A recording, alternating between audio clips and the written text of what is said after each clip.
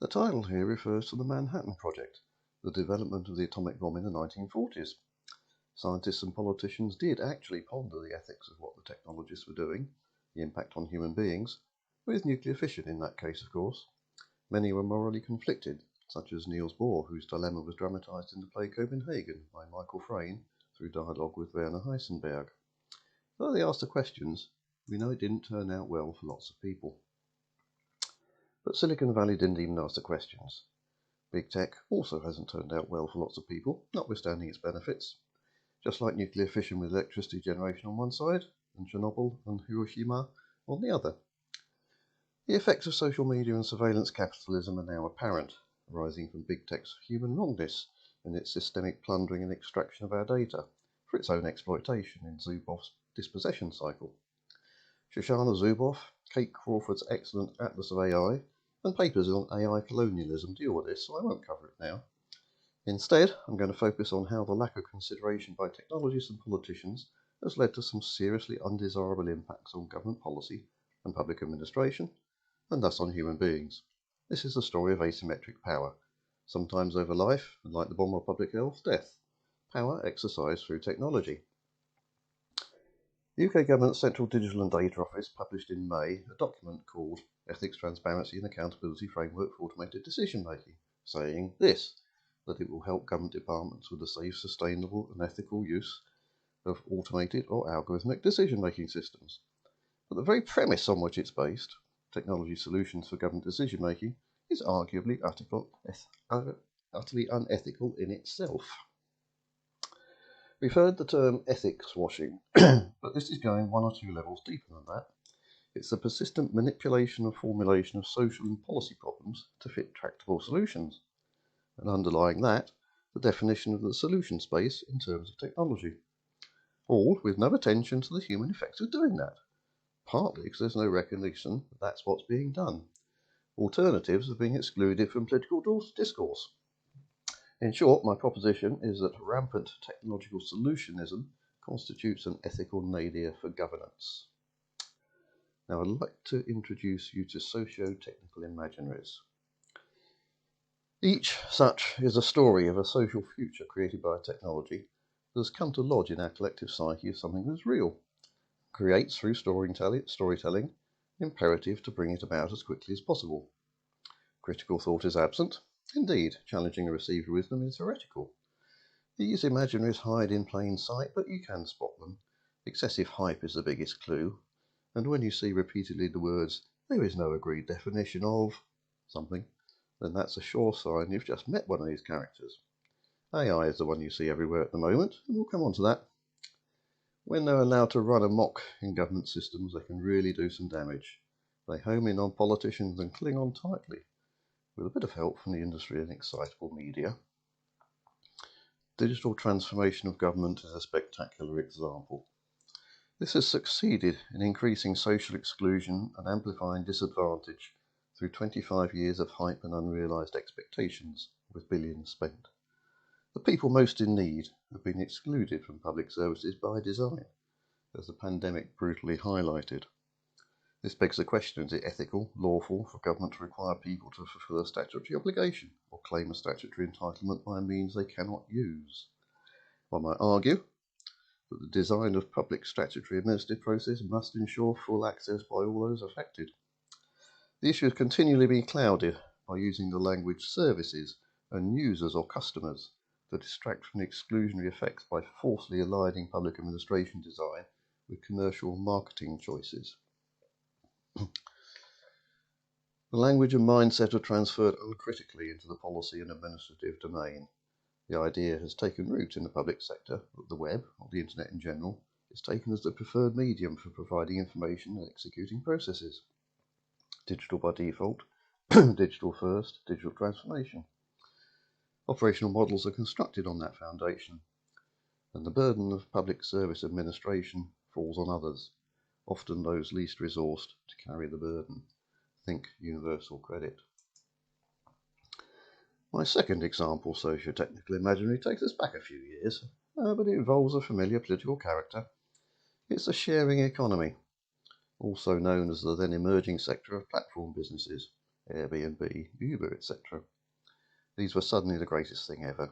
Governments fell in love and lavished praise and money before realising, if the penny ever dropped, that they're exploiting workers and ordinary people, breaking or dodging regulations all over the place. It's an innovative business model, all right. They found a way to monetize someone else's assets and profit from their labour without the hassle of employing them. This text here is a template fished out by civil service drafters whenever an imaginary gets its claws into a ministerial bag.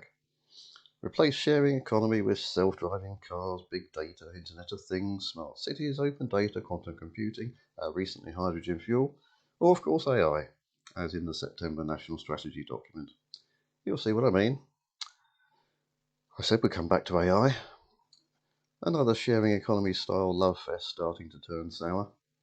And like platform businesses and social media, calls for regulation or outright bans are heard more and more loudly. Most so-called AI or machine learning is about classification. Classification of subjects by an authority with the power to measure and calculate characteristics of the subjects. The authority determines the classifications and the implications for the subjects in each class for their own political or commercial purposes, asserting its power. This is it's indeed a colonial act, dressed up as something scientific and objective through giving it a diversionary name such as predictive analytics. Played in under the sexy tag of AI, predictive analytics is possibly the worst imaginary of all, as the tech industry persuades governments that it can solve their problems with solutions. Just look at the marketing material for that word, by datifying human beings and foretelling their futures. So we have a Victorian fairground combination of snake oil salesmen and palm-reading fortune tellers. Products are being sold with no evidence of accuracy or utility, no transparency of method or explainability of decisions, defended by commercial confidentiality claims and non-disclosure clauses.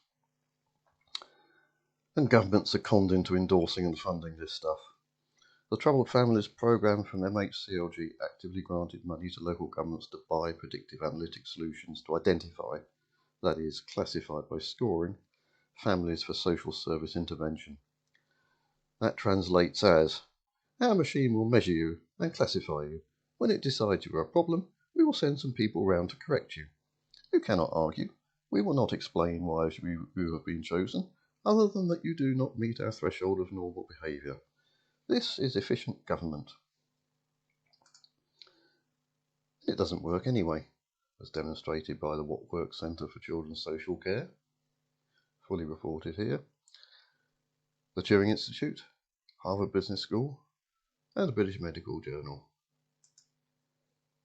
Evidence gathers now that these solutions are doing more harm than good in medical diagnostics, law enforcement, social care, politics, society and commerce.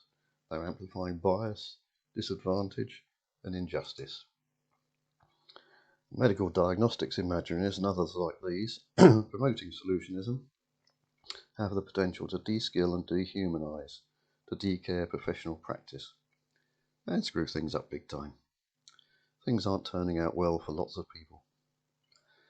Now we hear calls for data-driven policy, implying more of this technological solutionism, defining policy in terms of what can be addressed by statistical associations.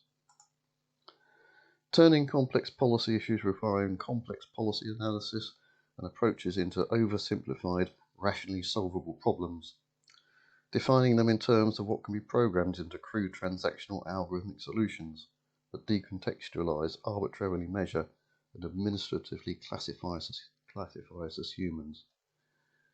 That has to be right up there as an example of how low we've sunk ethically in our system of governance. But why do governments succumb to such magical thinking? Is it because they think it amplifies their power over their subjects? Where's the common sense gone? Phronesis, as the Greeks might have said. With plenty of laws, judicial review, and the ombudsman, as in this slide, is clear on what constitutes good public administration. The National Audit Office, Institute for Government Information Commissioner, Foxglove, Liberty, parliamentary committees, the Nolan Committee. There's no shortage of gruesome evidence out there, but it doesn't seem to be cutting through.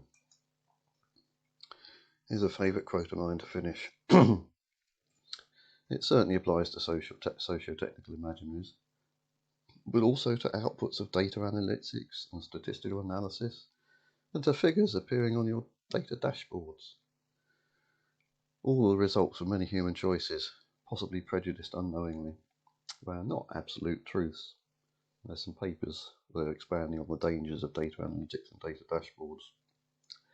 So we know about nuclear fallout, but what do we know about socio-technical fallout? When you get the slides, these will be the references. You can follow up if you're interested. Thank you.